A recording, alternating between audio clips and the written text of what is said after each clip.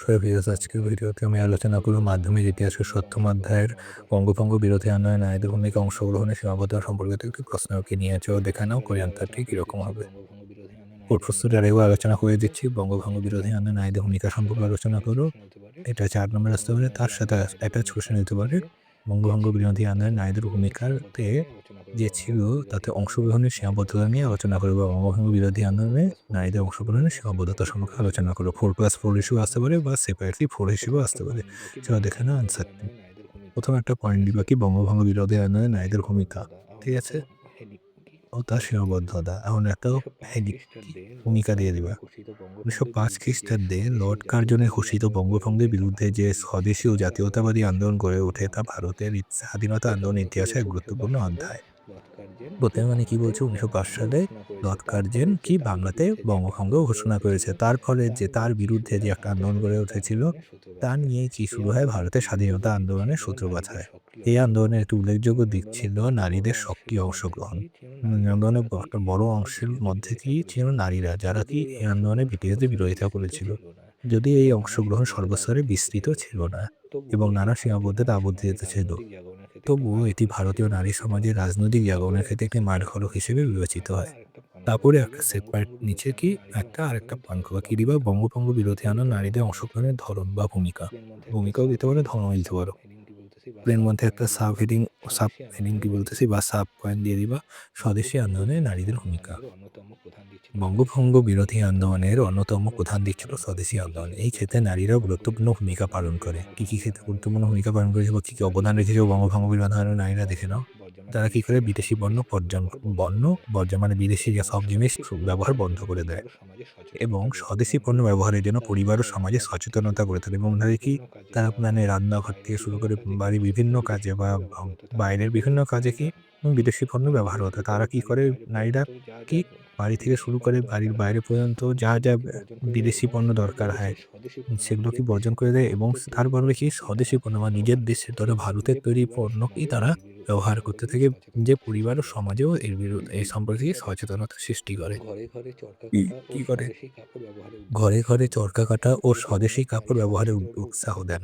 তারপরে কি অনেক নারী স্বদেশী দ্রব্য উৎপাদনে প্রত্যক্ষ মানে অনেক নারী কি স্বদেশী দ্রব্য নিজেই কি তৈরি করা শুরু করে দেন। এর ফলে ঘরোয়া পরিবেশেও জাতীয়তাবাদী আন্দোলনে বা জাতীয় আন্দোলনের অংশ হয়ে ওঠে। তারপরে ২ নম্বর পয়েন্ট কি করবা, সভা ও সমিতি মিছিল ও প্রতিবাদে অংশগ্রহণ। এই সময়ে মানে কি এই আন্দোলনের সময় প্রথমবারের মতো বহু নারী প্রকাশ্যে মানে কি একদম সামনে গিয়ে রাজনৈতিক কর্মসূচিতে অংশগ্রহণ, এমন কি করে কলকাতা ও অন্যান্য শহরে নারীরা সভা, সমাবেশ ও মিছিলে যোগ দেন। ২ নম্বরে কি করে, দেশাত্মবোধক গান গাওয়া ও স্লোগানের মাধ্যমে প্রতিবাদ জানান। ৩ নম্বরে কি করে, নারীরা বা নারীদের প্রকাশ্য উপস্থিতি সমাজে প্রচলিত রক্ষণশীল ধারণাকে চ্যালেঞ্জ করে। ৩ নম্বর পয়েন্ট কি দিবা, রাখি বন্ধন ও সাংস্কৃতিক কর্মকাণ্ড। রবীন্দ্রনাথ ঠাকুর উদ্যোগে রাখি বন্ধন উৎসব, তবে কি ভারতে রাখি বন্ধন উৎসবকে সূত্রপাত করেছে রবীন্দ্রনাথ ঠাকুর। এই রবীন্দ্রনাথ ঠাকুরের উদ্যোগে যে রাখি বন্ধন উৎসব তা বঙ্গভঙ্গ বিরোধী আন্দোলনে একটি গুরুত্বপূর্ণ সাংস্কৃতিক দিক হয়ে ওঠে। কি ক্ষেত্রে, নারীরা রাখি পরিয়ে হিন্দু মুসলমান ঐক্যের বাঁধনে মানে নারীরা রাখি পরিয়ে কি হিন্দু মুসলমানকে একত্রিত করেন এবং গান, কবিতা, উৎসবের মাধ্যমে জাতীয়তাবাদী সংহতি বা জাতীয় সংহতি গড়ে তুলতে সাহায্য করেন। এই সাংস্কৃতিক আন্দোলনের মাধ্যমে নারীরা সহজে জাতীয় রাজনীতির সঙ্গে যুক্ত হয়, মানে তারাও এইভাবে কি রাজনীতিতেও যুক্ত হয়ে যান। তারপরে ৪ নম্বর পয়েন্টে কি দিবা, শিক্ষিত ও বিশিষ্ট নারীদের ভূমিকা। কয়েকজন প্রত্যক্ষ ও অগ্রগণ্য নারী এই আন্দোলনে বিশেষ ভূমিকা পালন করেন।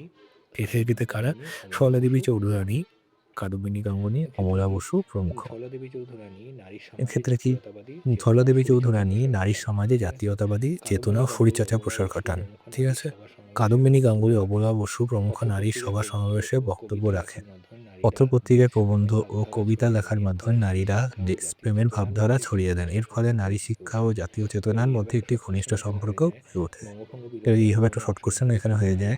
বঙ্গভঙ্গ বিরোধী আন্দোলনে অংশগ্রহণকারী কয়েকজন নারীর নাম লেখো। এখানে ২ নম্বরে জিজ্ঞাসা করতে পারবে। ১ নম্বরে কি লিখবা, সরলাদেবী চৌধুরানী, কাদম্বিনী গাঙ্গুলী, অবলা বসু। ৫ নম্বর পয়েন্ট কি দিবা, নারী শিক্ষা ও রাজনৈতিক চেতনার প্রসার। বঙ্গভঙ্গ বিরোধী আন্দোলনে নারী শিক্ষার প্রসারেও ভূমিকা রাখে।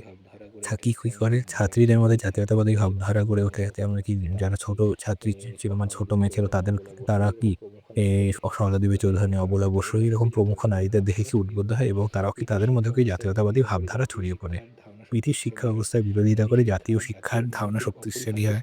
নারী শিক্ষা জাতীয় উন্নতির অপরিহার্য সত্য হিসেবে বিবেচিত হয়ে থাকে। মানে নারী শিক্ষা একদম কি প্রাধান্য পেতে থাকে আস্তে, আস্তে। তারপরে পরের পয়েন্ট করবা, এটা অ্যাটাচ কোয়েশ্চেন আসতে পারে। বঙ্গভঙ্গ বিরোধী আন্দোলনে নারীদের অংশগ্রহণের সীমাবদ্ধতা। আগেরটা কি ছিল? এই বঙ্গভঙ্গ বিরোধী আন্দোলনে নারীদের অবদান। ঠিক আছে? এটা হবে নারীদের সীমাবদ্ধতা। মানে কি দিকে দিক ছিল একটু এই আন্দোলনে। যা এই আন্দোলনকে কি করতে পারে? জাতীয় আন্দোলনে পর্যবসিত করতে পারেনি। এটা এখন দেখে নাও।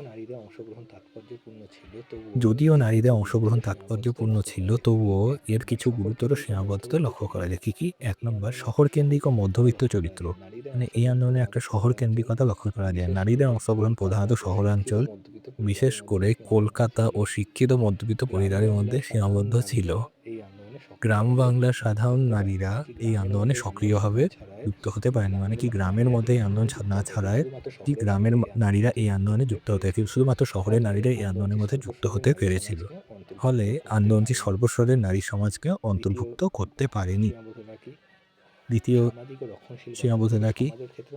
সামাজিক ও রক্ষণশীল বাধা। মানে কি সমাজের ক্ষেত্রেও নারীদের একটা কি বাধা ছিল যাতে তারা আন্দোলনে যুক্ত না হতে পারে। কি? সমাজে প্রচলিত রক্ষণশীল মানসিকতা নারীদের সক্রিয় রাজনৈতিক ভূমিকায় পথে বড় বাধা সৃষ্টি করে।